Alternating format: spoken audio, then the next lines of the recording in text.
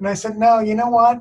I really want the hardest, nastiest, grossest, dangerous job I can find. And he looked at me cross-eyed. He goes, why? I said, well, because I really want to have some fun.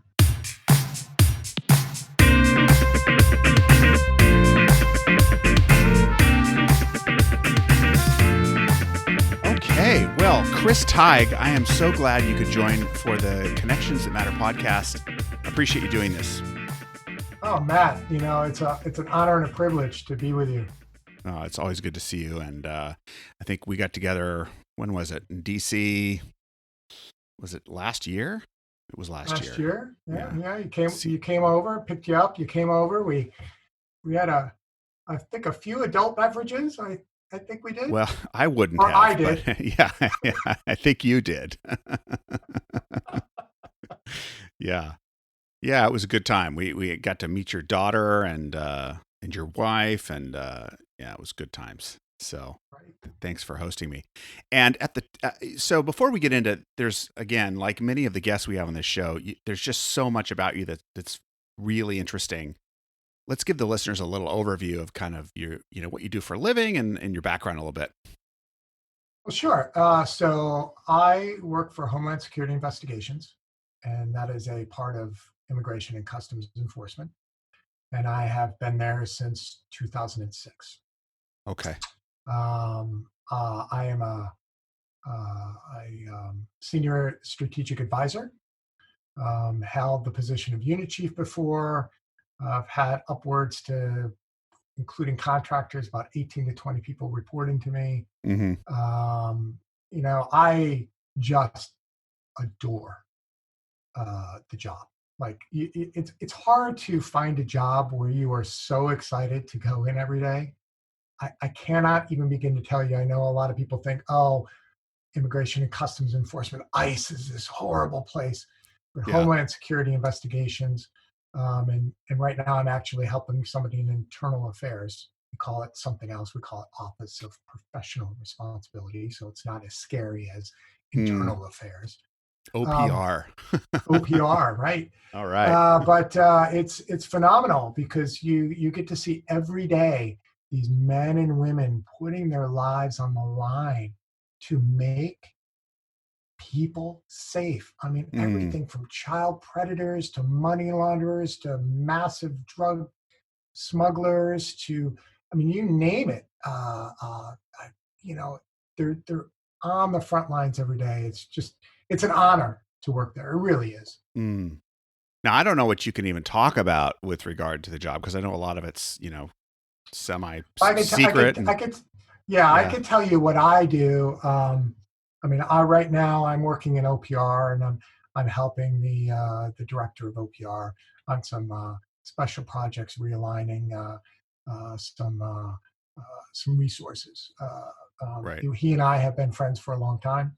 So when he asked me, I actually turned him down twice before he sort of twisted my arm. But it's phenomenal. It's a great place to work. Before then, I was at U.S. Treasury, and before Treasury, I was at the U.S. Postal Service, which is another phenomenal place to work, believe it or not. And before then, did a variety of DoD contracting, which I did not like. And right out of graduate school, I actually worked part-time for Hughes Aerospace.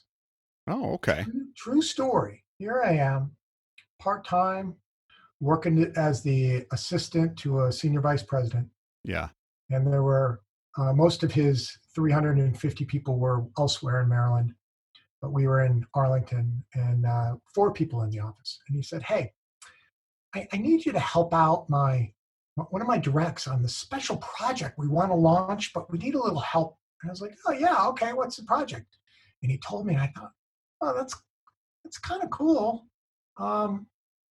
Okay, not sure how that's going to compete in the marketplace, but okay. Yeah, but we're going to launch it within the next 6 months, and we need your help. And I was like, okay, great. It was DirecTV. So I can say that I had my thumb on DirecTV from the very beginning. It was a very Wow. awesome experience. Wow. And so that started at Hughes, huh? I didn't know that. Yeah, that started Hughes Aerospace. DirecTV was all Hughes.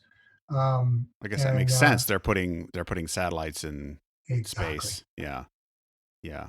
Exactly. What was their driving force behind that? Did they know that it was going to be primarily a television delivery, or was there some other purpose that they did it for? No, I think that that's what they really want to do. They wanted to compete with cable, traditional cable. Okay. They had another thing that another element to that they launched at the same time called Direct PC, which was Mm-hmm. basically using satellites as to download content and stream. But I remember having conversations with him saying, "Your price point on this is a little steep because I can kind of do Yeah. my Yeah. computing from a cable, and it's a lot cheaper. Right. I think we might have some problems there." But yeah, before Hughes, I was in graduate school in graduate school at the same time. And obviously before then, college. And before then, U.S. Army for 4 years. And So a lot of government service from early on. yes, What sir. you said you were in the military? What Army? Is that right? So I was in the Army infantry for four Army years, infantry. Wow. 85 to 89. So my recruiter said to me, "You have to take like a test before you." Yeah. And he said, you've scored so high on all of these things. We could get you in, uh, Army intelligence. We could put you in here. We could put you in there. And I said, no, you know what? I really want the hardest, nastiest, grossest, dangerous job I can find. Yeah. And he looked at me cross-eyed. He goes, why? I said, well, because I really want to have some fun. I mean, what fun is it if you're not going to go all in, Yeah. right? Yeah. Yeah. So he said, well, we have demolition. And I said, well, wait a minute, is that dealing with bombs and stuff? He said, oh, yeah, ordnance disposal and demolitions. I said, yeah, that might be a little bit too over the top for me. What else you got? He goes, well, we've got infantry. And I said, let's go. Oh my So, yeah, goodness. that was it. 4 years of the infantry. How But long? that was great. It paid for college. So Okay. So you were right out of high school? Is that what you said? right out of high school. Right Wow. out of and I had lucky enough I had gone to a private military boarding school. So Mm, if your listeners have ever seen the movie Taps, of course. it's Yeah. it's pretty much Just like on that. par with Taps. Wow. So it's you and a bunch of, was it all male? It was all male, absolutely all male. What was that like being in an all male environment during like the high school years? So since I went in my freshman year, there was obviously a little bit of a socialization um, factor, right? Yeah. You have to sort of get used to that. Um, but when you're a freshman, you're what, 13, 14 years old? Yeah. Yeah. So, That's about right. Yeah. you're still kind of malleable. Um, you know, I think it was great for me because I was a horrible, and when I mean horrible, I mean a horrible What? elementary, middle school student. Like I tell my daughter's in middle school. I said, that I spent my full middle school career in school detention. You are like the paragon of principle now. What happened? What, what, what, did you have like a lobotomy in the school or what happened? You mean in the boarding school? Yeah. So tell me about this rebel. So you were a bad boy. Is that what you're saying? Well, in middle school, I was just in middle school and elementary school. I was just one of these. So I didn't have a father figure growing up. So my parents divorced when I was very young, 5 years old, and my mother was extremely young mother. Right nowadays, maybe it's not considered young, but she was young.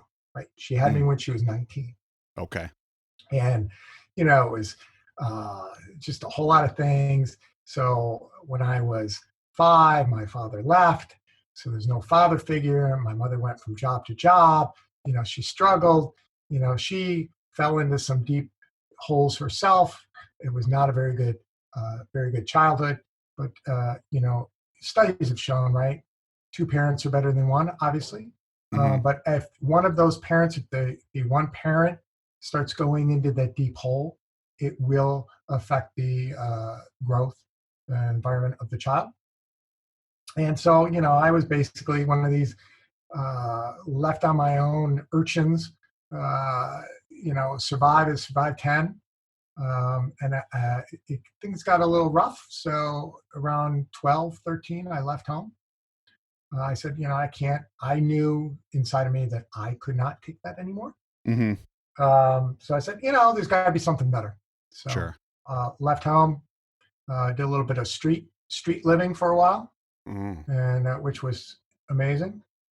I say that jokingly. I would never. You don't recommend I would never that? promote street living. You don't recommend that as a yeah. Yeah, no, I don't think that would be a good exercise for most people. And ended up living with our parish priest and his wife for about a year and a half. Took you in, huh? Yeah, he was amazing. Oh my God, he was amazing. He taught me chess. I didn't know how to play chess. No, he was great. And then a family friend said, "Hey, I know of this boarding school, military school in Pennsylvania that you may want to go to." And I said, "Are you not in your bleeping F you life?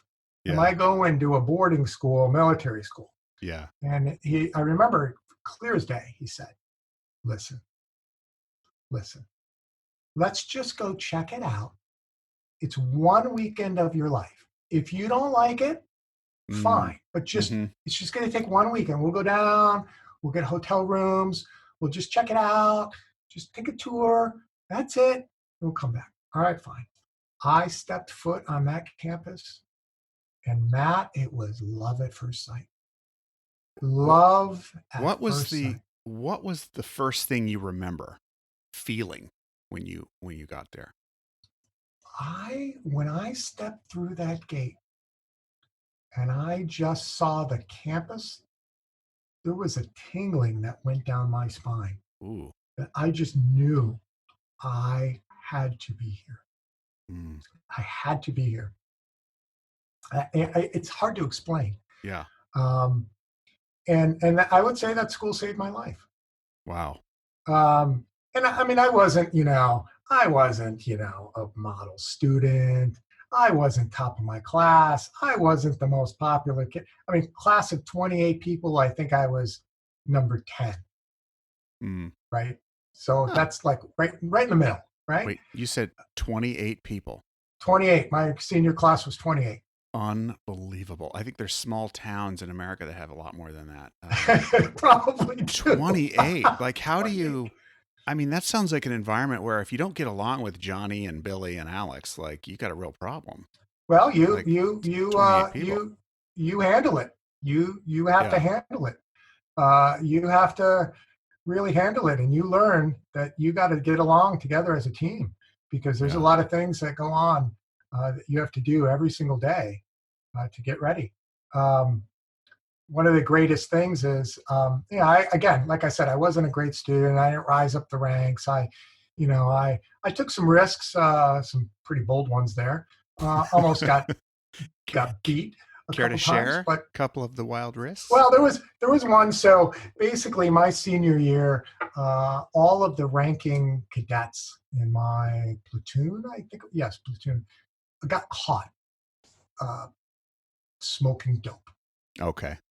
So the way that the school worked is, if you admitted it, if you fessed up, you are going to be in a lot of trouble, but you probably won't be expelled. Right. One person wouldn't fess up, but everybody else ratted that person out. He was expelled. But so basically, they all lost their rank and their privilege, and I was just this little, team leader guy. And next thing you know, I'm in charge of 35 students in my building. 35 people. So now I'm responsible for 35 people their health, their welfare, making sure they're where they're supposed to be on time, making sure lights out are out at a certain time, make sure everybody is, the inspection stuff is, whatever, and just thrown into it. And I remember going, there's no way. There is no way I can do this. I mean, I did it. But I remember I was a bit of a practical joker. So my one teacher, who was our building officer, who was very scary, this guy could take a quarter and flick it across the room and it would stick in a door. Literally. He would take a dual quarter, throw it, and it would stick right into the door. It's like a throwing star. Oh, he was like, we call him Ninja. Yikes. I can see why. Oh, he would come to study hall. He would bring he had like an armory in his apartment. And he would bring these weapons and just start cleaning them while we're like trying to study. We're like, ooh, look at that. He goes, that, my friends, is an AR-15. My God.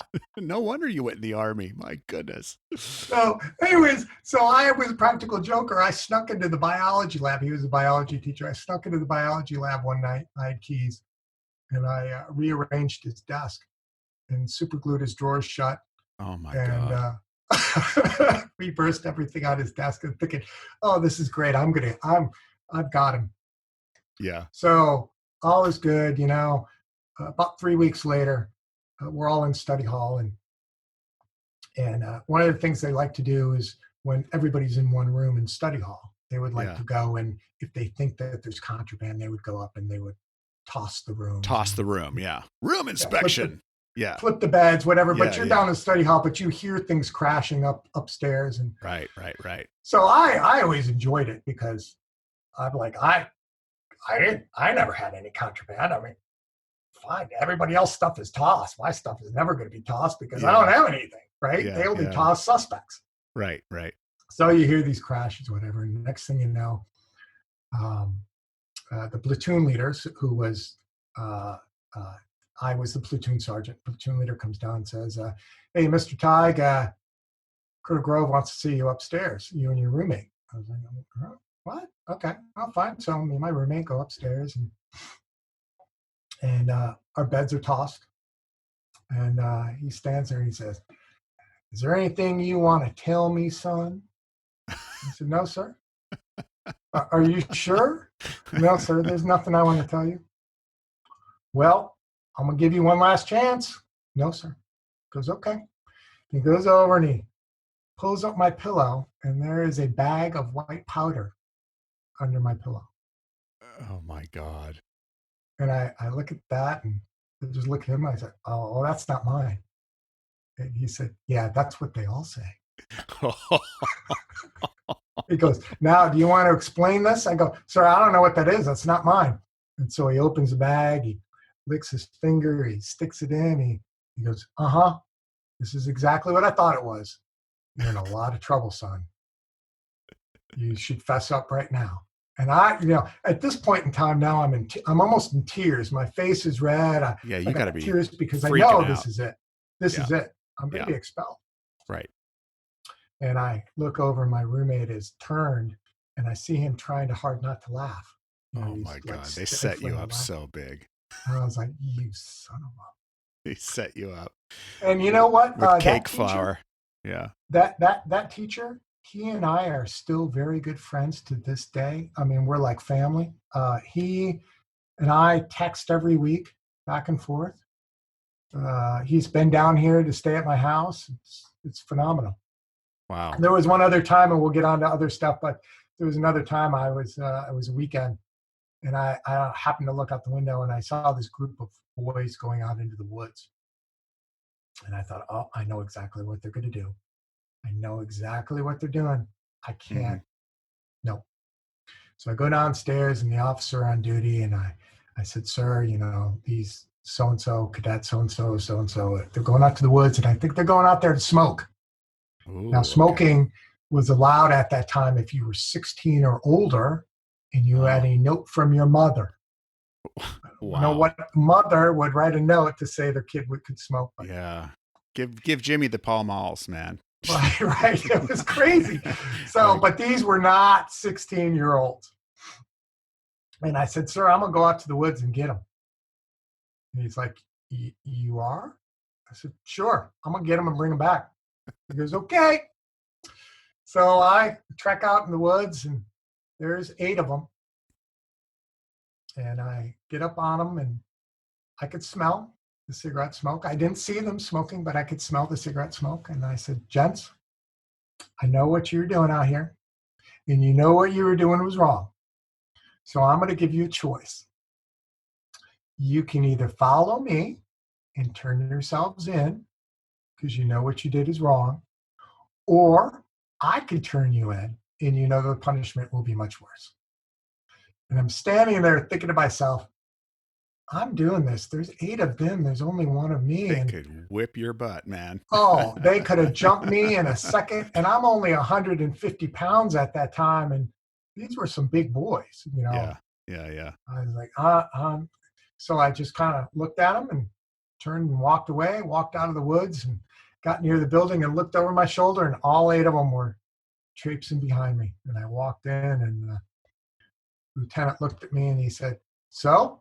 I said, they're coming to talk to you, sir. See you later. Yeah, I mean, it's crazy because here I was not a very good student. Mm-hmm. I didn't go up. I didn't, progress up in ranks. I didn't, I was somewhat of an honor student, but I wasn't that smart. And years later, in 2013, I become chairman of the board of trustees of the school, which is like, what? Somebody had said, hey, they're looking for a trustee. Would you be interested? Yeah, sure. Right. And then a year and a half later, I'm voted as the chairman of the board. So now I'm chairman of the board of a school that has 125 students in it, has a huge endowment, and I have a brand new president of the school that I have to also mentor.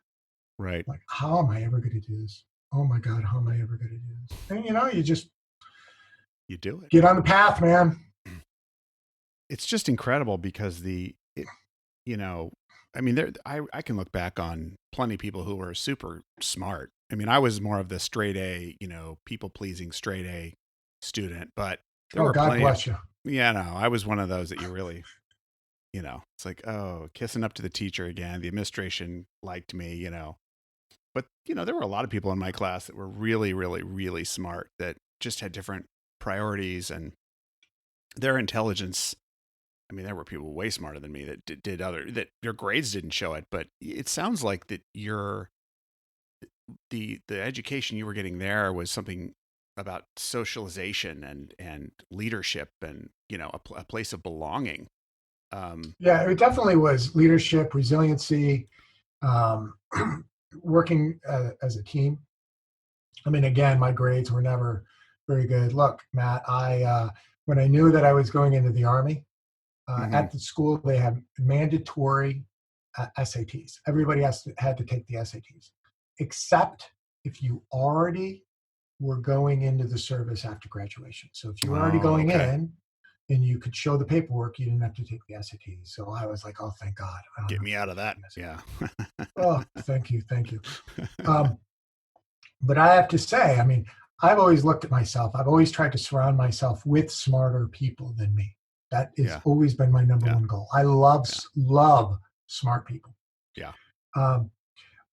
One of the things with I know that I'm not smart, right? So after 4 years in the military and I wanted to go to college, I knew I had to take the SATs. So I studied and I did every course I could do, and I did the workbooks and I did everything. And at the time, I think the top score was 1,600. I think that's the top score. That used to be the perfect score. Yeah. I don't know if it is today. Matt, I got a combined score of 865. That's how dumb I was. I mean, I laughed when I saw 865. There's got to be a mistake. That's got to be just the math. Yeah. No, it was 865. It was 865 combined score. Shame on me, though. Most colleges, if you had been out of high school for 4 years and you were considered an independent and you had a job, they actually didn't require SATs. Yeah, you didn't even need the mark of shame on your record, right? Yeah. But even then, I mean, the thing is that I just think that I think that standardized testing is necessary. We have to have standardized testing. At the same time, I'm surrounded by people whom I've known a bunch of people with various conditions, ADD, different for whatever reason, and the test taking experience for them is just, it was always kind of easy for me because the way my brain worked was I was probably the kind of person that made the test, and so but in other circumstances, these, other people who think differently would perform very, very much better than me. So I just don't, there is a sort of an unfairness, and I don't mean to be I don't believe in being a victim, to the extent that you can avoid being a victim. It's a good thing. But on the other hand, it is true that those tests just are not always a great measure of intellect or ability. And Look, I totally agree with you. You certainly are an example of that. There's no question you're not a subpar intellect. I know that about you. Right. Well, who knows, right? We don't have an ultimate judge of intellect. I mean, there's Mensa, there's others, there's other Right. type of stuff. I mean, one of the things that I am very proud of is I've had employees, one employee actually particularly tell me, she said, not only are you really smart, which, okay, whatever, but not only are you really smart, she said, but you have immense common sense and something that everybody else lacks. You have street smarts. Yeah. You know how to be able to read people. You know what's going to occur before it occurs. Mm-hmm. And you plan for every possible outcome. She said, I've seen you these past 8 years. You know exactly what's going to happen. You even tell us what's going to happen before it happens. And then you basically tell us what all the outcomes are going to be based on the decisions. And you're always right. She said, how do you do that? I don't know, just, hey man, I guess when you lived on the streets or whatever, you're on your own. I mean, you can figure it out. To me, that was one of the greatest compliments I've ever had, where she says that I have street smarts, because I value street smarts more than I value sort of book smarts. I mean, I've known a lot of people who are really book smart. I mean, people who are PhDs, incredibly brilliant, but dumber than a box of bricks when it comes to life. I mean, literally dumber than a box of bricks. I could give you examples that you would look at me and say, there is no possible way that individual with a PhD did that. And I would have to tell you, yes, they did, because I don't know what's going on there. Well, subject matter expertise is one area, and it's important, but it's not the whole picture. And absolutely, smartest people I have ever met in my life were blue collar workers, ditch diggers, electricians, plumbers, carpenters. I mean, I'm just amazed at how much knowledge. I had a chance in high school, because that family friend paid for it, and I had to then work it off during the summers in his construction company. Oh yeah. I was amazed at the things that I learned about welding, about roofing, asphalt and concrete, and how things are put together, and what do you have to do after you dig a ditch in the ground, and how you backstop it so the ditch doesn't collapse on you when you're working in it. I mean, it's just amazing stuff. Yeah, there's a lot to be learned. I mean, I think one of the things we can always keep in mind, and I'm just reminded of the things that in my work sphere, when I hear about leaders in private industry, kind of being disconnected from the rank and file and what's going on. And, there's just a lot of different themes that are coming up that remind me of leadership challenges. And one of them is that, you can be really, really smart, gifted, talented in a particular area. That's not leadership. That's correct. Knowledge. It's important. It's valuable. I'm glad there are people who know economics inside and out, physics inside and out, astronomy, whatever. But in terms of leadership, there's a whole other realm. And what you're not saying it explicitly, but what I'm hearing too is some of the intelligence that, when I think, wow, that guy's really smart, or that person's really smart, it's my own sense of judgment as to their sort of understanding of situational awareness of the human beings around them. And I always get the sense that, wow, their lights are switched on. And that's not about, intellect all the time. Yeah, you're absolutely right. One of the things that I've encouraged people to do who are leaders, and you just don't see a lot of it. I mean, I've served under phenomenal leaders who do this. And then excuse my language, every piss poor leader that I've served under who doesn't do this just has failed. Mm-hmm. And that is walking around leadership and not being afraid to, as we used to say in the Army, get in the foxhole with the soldier to see what the soldier needs. Right. And one of the things that I'd like to tell people at HSI when I would do these, I would tour across the country giving presentations on certain topics. Nobody wants to hear when you're out in the field in the Army and the infantry and you haven't had a hot shower in 3 weeks and you're dirty and you haven't had a nice home cooked meal in a month and you're eating MREs and whatever and eating dirt. Nobody wants to see the schmuck corporal from division headquarters come out with his pressed uniform and his shine shoes or boots or whatever, come out and tell people, hey, I need this and you're doing this wrong and you're doing that wrong. Nobody, you would get beat. But when the general comes out and takes time to come out and walk the line, shake hands, and give a little bit of a rah-rah speech, that means more than that hot meal and that hot shower. I've always, in all of my leadership moments, the number one thing I've kept in the front of my head is, what do the people in the field need? And if I was in their shoes, how would I expect my back end leadership to act for me?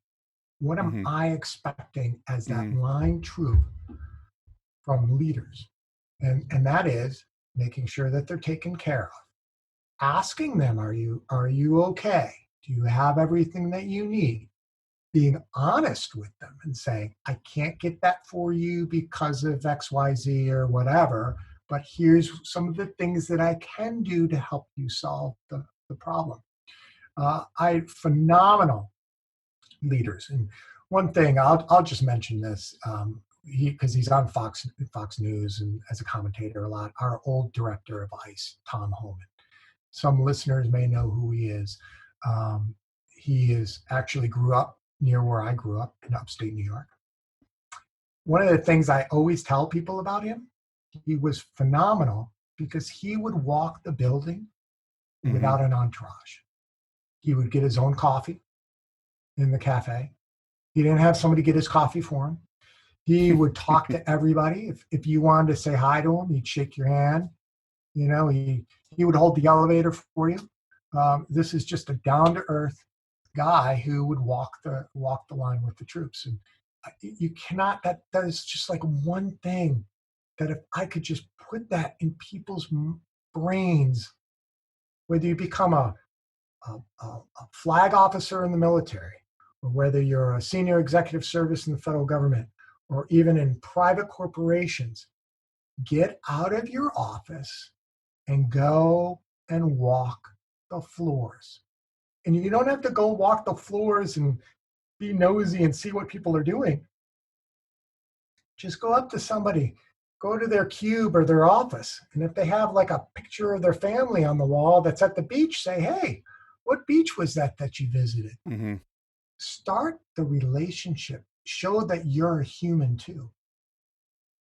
What's coming up for me as you're talking is a lot of, you went to an all boys school, and when I encounter organizations where it's a very masculine culture, and I don't know about HSI, but I know that certain law enforcement agencies are often the at least historically, I don't know, what's your gender balance there? Is it pretty more male than female, I would assume, or am I wrong about that? No, we're a very, very good mix. I mean, one of the things that is very surprising, I mean, again, I can't speak for the organization. I can only speak what my perception is. Very, very diverse, very diverse. And that's actually been in every agency that I've worked in. Yeah. Very diverse, people from all different backgrounds, women, different races. So yeah, no, lots of diversity, which is a lot great. of diversity. Well, how does some places the word empathy lands with a thud? Sure. It gets, so I don't want to accuse or, judge any, your organization much better than I do, but you'll go into, and this is not public sphere, I'm talking private sphere, Sure. Banking, sometimes gets that rap. So, it's like, oh, that's that touchy feely stuff. But everything you're talking about, walking the line, it seems to me is about building the opportunity to make people feel that you empathize, not just sympathize, but that you relate to their feelings about the stress that they're under, and that you care, even if you can't solve the problem at this time, that you understand it, you care about it, you care about them and their experience. So how do you get through? With that, when that word comes across as, we don't want to do touchy feely stuff, but actually what you're talking about is exactly that. Well, I will say, in my experience, that it depends on the leader, right? It doesn't necessarily depend on the organization, right? So at U.S. Postal Service, there was a lot of walking and a lot of, we're in this together. There was a lot of, what can I do to help? And there's a lot of teamwork. And I think it's because it's sort of at the U.S. Postal Service, it's sort of genetically coded in you as an employee. The mail must get out today. And it doesn't matter who, what, where, when. Rain, sleet, hail. We've got to get it out. Yeah. We have got to get it out. Yeah. Treasury was very much the same way. The places, and this is again just from my experience, the places where I've seen the least amount of empathy is in the private sector. So when I was a DoD contractor, there was little to no empathy. I mean, it was a very horrible, toxic work environment. Hughes Aerospace was great because there was a lot of former NASA people and NSC people, so they were all phenomenal leaders. It depends on the leader sets the culture, right? We hear culture eats strategy for breakfast. I mean, that's the saying, on and on and on. It is so true. The leader sets the tone. I have people who they thought that they were great leaders, and then they walk into a room and somebody raises their hand and says, well, I have a problem. Deal with it. Look, there is a time for that. There is a time for, deal with it. We have a mission. We got to go. Discussion's over. It's time to move, right? There is a time for that. I don't see...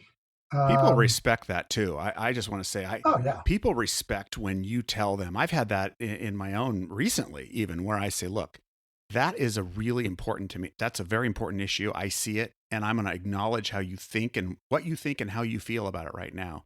I'm also going to say we need to park that because there's a freight train coming down the track, and we got to deal with that. And then I promise you, and I found that those can be some of the best trust building moments that you've got. It all comes down to trust. If you trust your employees, and in reverse, the employees trust the leader, then you're going to be able to move forward. There's sort of this sort of catch-22 with leadership, and there's this catch-22 with employees. And so let me just sort of explain what I mean by that. And this again is in my experience. When you're a subordinate and you have a director, who's maybe in charge of, like I was in charge of 16, 18 people. Those 16 or 18 people see a problem and they think that I can fix it. They'll come to me and say, what do you mean you can't fix it? You're a GS-15 or an SES or whatever you are. what do you mean you can't fix it? You're in the position to fix it. And, I would have to calmly say, look, what you're asking me to do that is not I don't have the responsibility to be able to flip a switch and change that. Right. I can't, that's not my role. I cannot just fix that. So there is this sort of thinking mentality in subordinate culture that their leaders are all knowing and all fixing and can solve every problem. And no, leaders make mistakes. Leaders are human beings just like everybody else. Leaders have fears. Leaders have anxiety. Leaders have self-esteem issues just like everybody else. They can't fix everything. Right. But then the other thing is that the employees always think that the leader can solve personnel problems. So right. I've had many people come to me and say, well, so-and-so is doing such and such. You need to correct them. I do. Well, I mean, have you had the conversation with your colleague? Because I don't. Do I really need to be involved in that sort of? No, you need to fix it. Okay. And so, maybe I would have a conversation with this other employee. And then the first employee would always come back, well, what did you do? What did you do? Did you hold them accountable? And, I don't know of any place in the world that a good leader would then go and tell a subordinate what disciplinary action they did or did not take with another employee. I mean, that's kind of ridiculous. But they also think that leaders can solve personality problems. So that is another issue.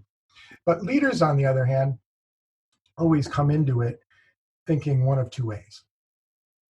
I've got this unit. They're going to do exactly what I say when I say it, and they're just going to do what I need to do. And if they don't, I'm going to get rid of them.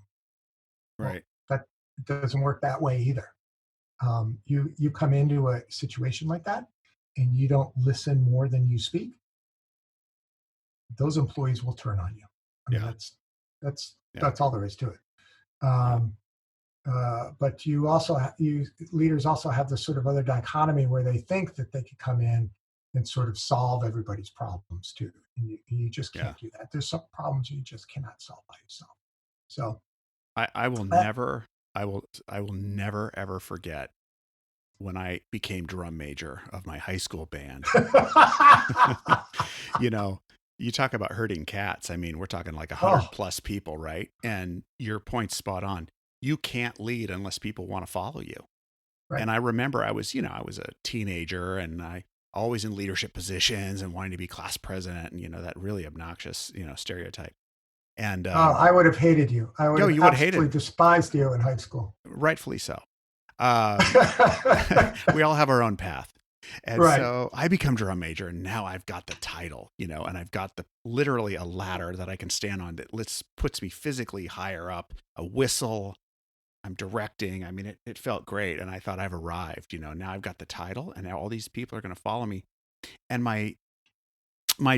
what was behind it was a sincere desire to be excellent. I wanted us to be excellent as a team.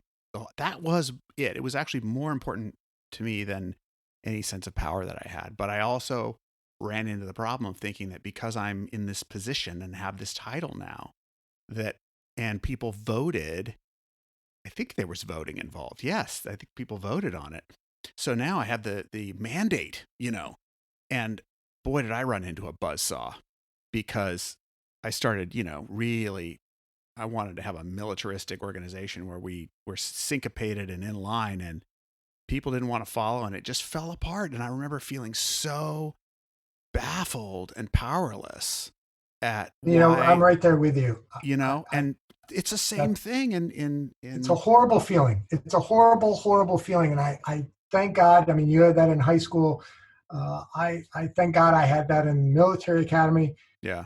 Because it course corrected me in the very beginning, right? I mean, I still make mistakes. I make mistakes all the time. Right. Who amongst us, right? Some doozies, some big ones. But having those hard leadership, I mean, I almost had a mutiny at my senior year because everybody got busted for drugs. Right.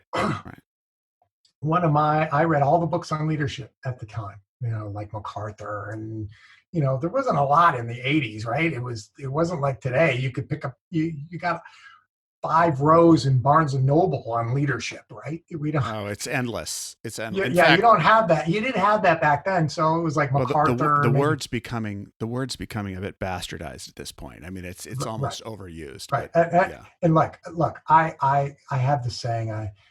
Apologies to the podcast listeners. I've always had the saying, and I've always shared it with people. Opinions are like assholes.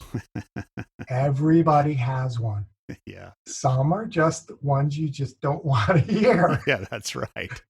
I mean, it's just the way I remember going, oh, I got these leadership directives and all these leadership directives and these opinions say, if you had bad discipline problems and all these people got busted, you need to go in and you need to set things straight and you need to adhere to every single rule and make sure people are doing exactly and you've got to maintain discipline.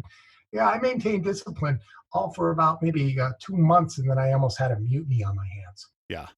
Well, then you're the only one doing it, and you're angry and resentful, and no one else is doing it, and you're death by 1,000 cuts or 1,000 rebellious decisions. That's why you have to build the trust first. I've had so many people that either I've worked for or I've seen higher than me who have come in and have not built that trust, have not built the relationships, do not walk the line, and they get killed. Yeah. They get killed. People hate them. Right. People grouse. I mean, how difficult is it? I mean, this drives me crazy. How difficult is it? And I get it that people are in a hurry. I get that you're running from one meeting. But how difficult is it when you're in a flag officer position to say hi to the lowest level person if you're passing by them? Right. Right. It literally takes 2 seconds. Yep. Hey, Joe, how you doing? How's everything? You doing all right? Yeah. Hey, it's so great to see you. I'm so thankful you're here and I saw you today. I hope to see you soon. That's it. What did it? That was all 5 seconds. Yeah. I have a thing that I built over the years, a leadership acronym. I don't know if anybody wants. Let me guess. Hear. Does it have leader in it? Oh, you're absolutely correct. How did you know, man? You're like all the way from Tokyo. You're reading my mind. This is an unscripted show, so. So leader acronym. Now you see these things. You could find them on LinkedIn, whatever. But I came up with this one night, sort of thinking through my very non-illustrious career. Now wait a minute before you get into this, because it's not about the point. What gave rise to you thinking about this? What was the situation that led to you kind of sorting out what leadership meant to you? Well, again, like I told you, I'm not that smart. I do like to tell people I am also dumber than a box of bricks. It's true. I didn't really think about this until I think we had a discussion maybe 2 weeks ago where you said, "Hey, man, I really would like to have you as a guest on my podcast." And I'm like,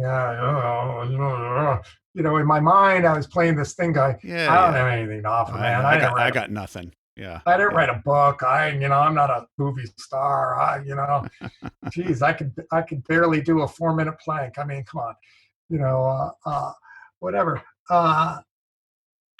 So I started thinking about it and I thought, what does leadership in my 25 plus federal career and other years of non, what does it mean to me? And so I just came up with this. So sort of thinking through how I've been successful in leading people, and L and E are together. So leave the ego, right? You've got to leave the ego at home. That is the biggest mistake people make. 95% of executives and leaders go into a leadership position thinking that they are better than everybody else beneath them. Yeah. And they walk in there with their they let their ego get in front of them, they're just going to get slammed. Yep. You got to leave the ego at the door. You are no better than anybody else. Humility. Yeah, absolutely. I believe it's the most important thing. The other one is A is for acceptance, right? So acceptance of people, acceptance of your own flaws. I have a lot of flaws, a lot. I accept them, right? I do the best I can to overcome them every day. Right. But also accept that things are going to go wrong. That things will go wrong. Yeah. Your career will go down the toilet at least once in your life. Yep. At least once. Yeah. At least, if not 2 or 3 times, your career will take a dive. Particularly apropos right now during this situation, a lot of people are finding that they're starting to think about what accepting the circumstances that we're living under. Oh, absolutely. Like I've seen in the past 2 months people who thought that they were leaders, and these past 2 months, they've all of a sudden vanished. They're absent. They can't accept like that this has gone wrong. They just vanished. Right. D is for discipline, and discipline does not mean what many people think it means. It doesn't mean, you know, make your bed. I mean, I do think you should make your bed every morning, but discipline is like have a plan and be disciplined to stick to that schedule and plan every day. Now, obviously you have to, you know, be flexible, but for me, discipline for me is getting up at 4 a.m. every morning and working out for an hour. Wow. I will do that. I do that. It's just every morning I do it.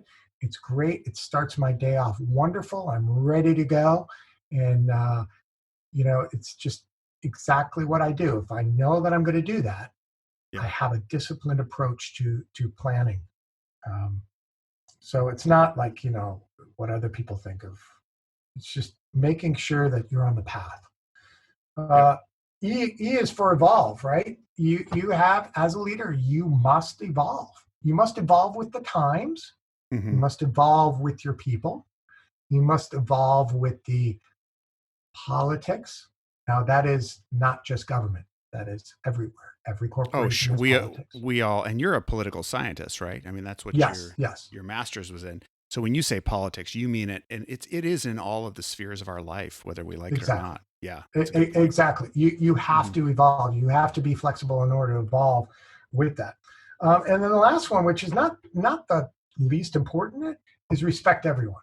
Now that kind of goes with the leave the ego, but respect everyone means like respect the people that are cleaning the offices. Yeah. Respect the mailman or the mail person delivering your mail. Respect the UPS delivery person. Respect the person that's serving your food in the cafeteria. Show respect. I mean, I can't begin to tell you how many times that I've shown respect, and people are like, why are you talking to me? Like the parking attendants in our parking garage, I wave to them every day. I show them respect. I say, thank you so much for taking care of this parking garage for me.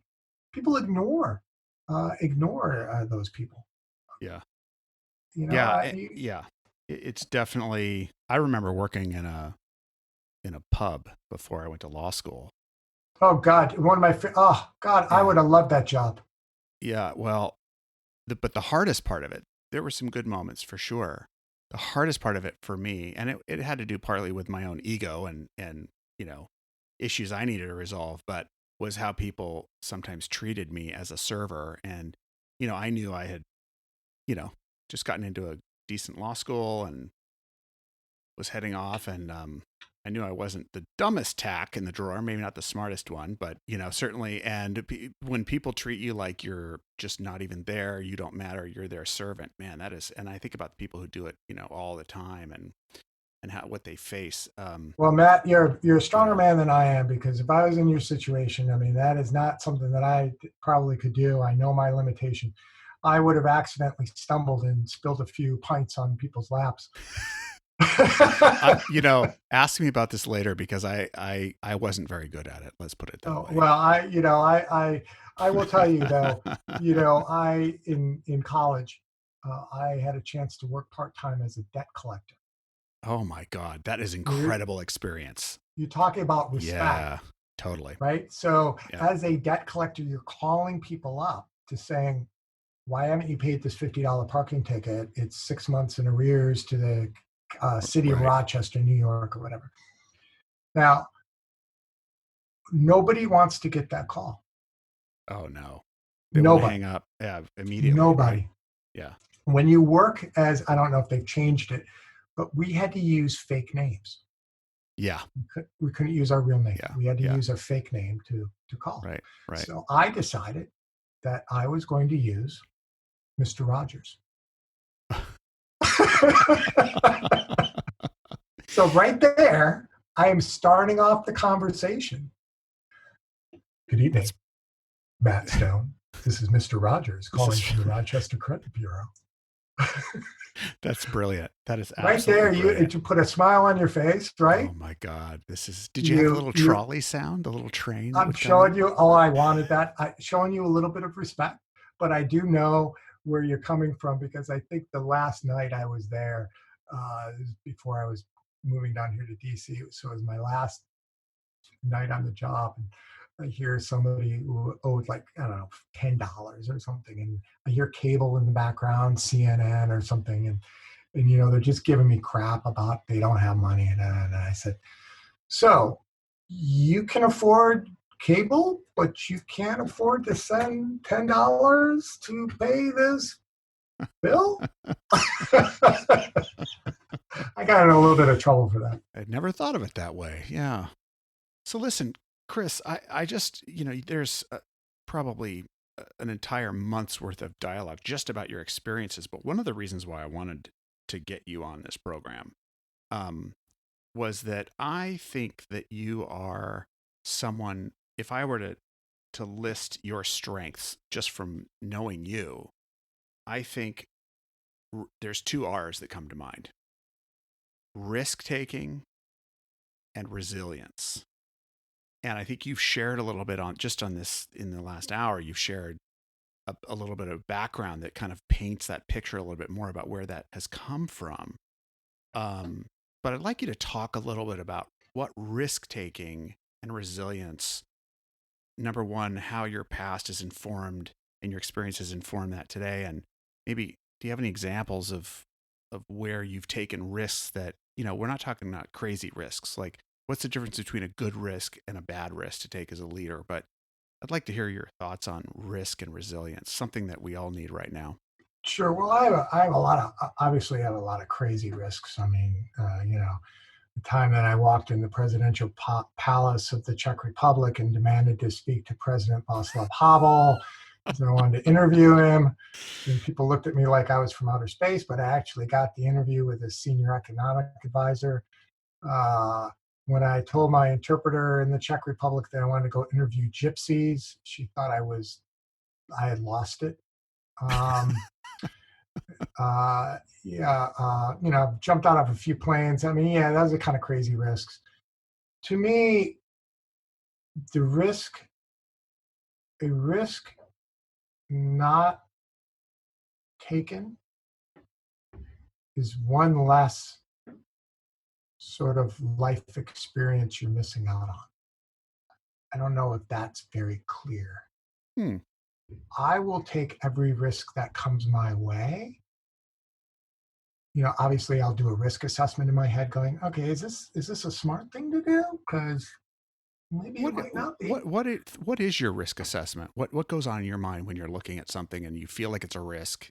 Right. Feeling, not thinking, and then you start thinking. Yeah. Exactly. You don't want to think. If you start thinking logically, you're never going to be able to do it. Right. So obviously, this kind of goes back to everything I learned about leadership. I learned from Star Trek MASH and, a couple other things back in the 80s. Excellent shows. Excellent. And a lot of leadership lessons, let me tell you. So I sort of go, okay, here's a thing that I could do. can I do this? Number one, without causing me physical harm. Okay, because obviously we don't want to risk life and limb. There's some sort of risk in that. Obviously, I've jumped out of planes, but that's, to me, I think that's perfectly safe. But okay, is it going to hurt me physically? Sure. No. Is it going to hurt me mentally? Maybe. Well, okay. Well, whatever. Is it going to hurt emotionally, which is a little bit different than mentally? Yep, I got it. Well, everything hurts emotionally after a while, right? I mean, come on. Life is one emotional roller coaster. Right. And sort of 3 is, am I going to get anything? Am I going to get a learning lesson out of this? Will I get something that will make me a better person or add a skill that I don't have? So, for example, one day in 1999, I was waking up to our local NPR station, and they said, hey, Washington National Opera at the Kennedy Center is looking for some extras to be in this major opera production. Come on down for auditions later tonight. Well, I don't know anything about opera. I think I've been to the Kennedy Center maybe twice at that time. Okay, maybe I'll do it. And sure enough, I did it, and I got one of the best roles in my life. I was phenomenal role. Wow. So I just sort of go through as far as resilience. That's a tough one because I know that everybody has different levels of resilience, and what's a level for me is not necessarily a good level for somebody else. Let me give you sort of an example.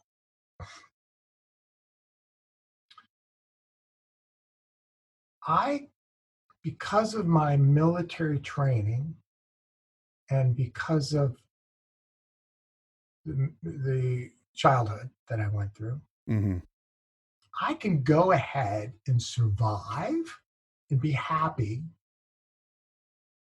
on beans and rice for 3 weeks. Sure. I could, no problem. I'd be fine. Many other people could not do that. Just can't do it. I get that. I think with resiliency to me is something you have to train your body and your mind to get better at. That's sort of a muscle to me. Right. If you could cause stressors in your life, small stressors, and build upon those, the more resilient you're going to be. And I don't mean go and, get in an argument with your wife and have your wife make you sleep out in the woodshed or whatever. Right. I mean things like, maybe fast once every 2 weeks. Okay. That builds resiliency. Sure it does. Right? That makes a lot of sense. Do strenuous physical activity farther than you think you can. That builds mental resiliency. Take on a project at work that you really don't think that you can do. That builds resiliency. One of the things that thankfully I never listened. One of my favorite teachers in high school is a different guy from what we talked before. He told us that we're going into the military. Now, gents, when you go into the military, don't volunteer for anything. Don't volunteer. Don't volunteer. And I thought, well, I don't understand that. Why would he say, but don't volunteer? So I go in and I volunteered for everything. I got to go to combat lifesaver training. I got to go to lifeguard training. I got to go do combat shotgun training. I got to go do, what was the one with the gas masks and the CS gas. Oh my. Gas. Oh yeah. I got to go do all of this really, really cool. I got to go shoot experimental weapons because I said, yeah, sure, I'll volunteer. Sometimes you volunteer and you're the one taking out the trash or cleaning the latrines, whatever. It's all part of resiliency. Absolutely. Right? You've got to put yourself out there. I mean, I am shocked. Some of the people that I thought were very resilient people during this time, mm-hmm. I have found that they're not so resilient. Yeah. I have seen also people who I didn't expect to be resilient really step up mm-hmm. and just be phenomenal leaders. So but to me, when you look at others, what yes, do you see? Like literally, what do you see with your eyes? What do you observe, I should say, that tells you that person's resilient? well, certainly see compassion and grit. Mm. I will talk about a neighborhood doctor that lives here. She's a OBGYN, so she births babies, and she didn't have any masks. Mm-hmm. I mean, this has happened all over the place. And I had a couple N95s, and 3 of them that I was saving for us. And I said, well, she's a doctor and she's birthing babies. Yeah, that can't stop. She can't put that on hold. Right. And hey, why don't you take my N95 masks? She gave them right back. She said, nope, I'm not going to do it. Really? I go, well, why? She said, because nobody else in my office has them. And I'm not going to go into my office wearing one if my staff doesn't have them. Doesn't have one. Wow. We will suck it up. Right. And I was like, to me, that's courage. Like, that's resiliency. And other people in my neighborhood, I've had a couple of people who I thought were just strong human beings, and they've pretty much, I don't say they put the plywood up on the windows, but they're very close to it. You haven't seen the hide nor hair of them. It's like, what? Oh, come on. Yeah. Let's get out there. Let's build up some resilience. I mean, times of crisis lower the water, and it's not even that, let me just tell you what you've helped me connect in a more meaningful way just now is I asked you about risk and resilience. What I'm seeing even more clearly is the link between those two, even more, that sometimes when you're a child, like, I ran away from home and I have my own story of kind of overcoming feelings of abandonment and those childhood memories of loss and trauma and fear and all of those things definitely played a role in a lot of growth, tons of growth. Then into adulthood, it's like, if other things are more stable, maybe you've got the education, you've got job opportunities, you've got other things, the way to keep growing is to take those risks so that you can be resilient when you are going to feel pain and some form of loss or, dare I say, failures along the way. And that's how you get better. So as adult, growers and leaders, we have to take those risks to become resilient. We have to create the conditions. And we have to be willing to fail and fail miserably. I have failed miserably, and I hate it. Everybody hates it, right? Anybody that says, oh, I like failure, is an idiot. Yeah. Everybody hates failing. But you learn so much from it. You get back on. You get back on the horse. Mm-hmm. That's resiliency. Getting back on the horse is the resiliency. Yeah. It's everybody's career has ups and downs. Mine certainly has. And you just you deal. Yeah.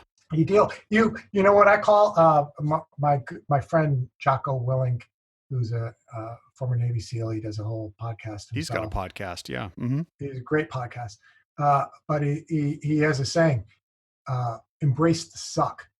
Mm-hmm. Yes, embrace the suck. Embrace the horrible, nasty grind, because you're going to come out of it and you're going to learn so much. Mm-hmm. And it's going to make you stronger. It's definitely going to make you stronger. Yeah. Yeah. Listen, Chris, there's a ton more we can talk about. I hope we can talk about it more. I guess what I want to know as we wrap up here is you've gone through a lot of transitions and taking risks and resiliency and fighting for, I mean, there's a ton of stories about you that we haven't gotten into about things that you've done that are fascinating and great learning opportunities. But I also know about you that you're always looking to the next thing. So what's the risk that you're looking to take next? Well, that you're willing to talk about. And I don't have a secret. I don't know the secret to this, folks. I really, it's a legit question. Believe it or not. So I've been training in the martial arts for close to 21 years. And I took my first degree black belt test in 2004. And I should have taken my second degree test in 2007. But of course, a new wife, a baby, and, sure. Promotion, all of those stuff. That kind of like, So now here I am, almost 53, and I thought, oh yeah, I'll take it. And this past spring, I was supposed to take it, and I failed the pre-test miserably. Ooh, yeah, miserably. Now I'm really in shape. I mean, I don't like to brag. I don't like to, but I am in pretty damn good shape because when I went to the pre-test, I was the oldest person there in a room of 25 people. And I outperformed them in the physical portion of it. Yeah. So it's just the technique that you need to work on. Is that right? Right. Yeah. But I failed, right?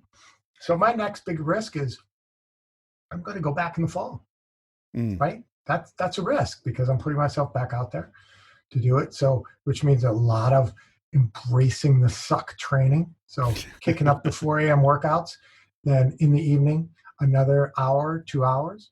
And just trying to get slog through. I think the other risk is, being in 50s, you have to start thinking what's next in the career, right? Right. I have a lot of people, a lot of former employees saying, "Why are you not a senior executive? Why are you not in the SES? Because you would be a phenomenal SES." And to me, it's that sort of, do I really want to take that risk? Or do I want to keep living the beautiful quality of life that I can advise those people and I can be the back end helping them and guiding them to be successful? Right. What's more important to me? Being the senior advisor and helping them be successful and the organization be successful, or me being in the seat with the power? That is sort of thinking where I want to think. Everybody, to me, anybody that does it for money, I have no respect for. Yeah. Anybody that does it because they want more power, I have no respect for. The people who say, I want to do this because I think I can make the world a better place and I think I can help and serve more. God bless. I'm on your side. Now, for people who don't know the U.S. federal government system, sure. SES, just explain briefly what that means. Yes. So think of it in the military. SES, Senior Executive Service, is equivalent to your general ranks, your flag officers, your admirals, your generals. Your GS ranks are basically from private all the way up to, say, colonel. So I am the equivalent of a colonel in the U.S. Army or Marines or whatever. So I'm the equivalent of a colonel. So either I become a general or I don't. Right. And I could certainly be very happy not being a general. I could still serve. I could still do great things. So that's sort of one thing I have to think about. Do I really want to take that risk? Or are there other things I want to do? So I think the other thing, too, is some of the community involvement things that I am involved in here in the community. There's a couple special projects that I really want to get off the ground in the community here to make Arlington a more vibrant community. Okay. And one of them is really risky, but we're gonna keep pushing it. So that's the one you want to do, of course. Yes, of course. Of course. Of course. And I'm telling you what, I've got now basically everybody behind me. it's been a 2-year process, but now I got everybody behind me. So we're all on the train. So Chris, if I were to talk to you, let's say we couldn't talk in 90 days. I hope we talked much earlier than that, but let's say we can't talk for 90 days. We get on the phone 90 days from now. What's the story you want to be telling me then?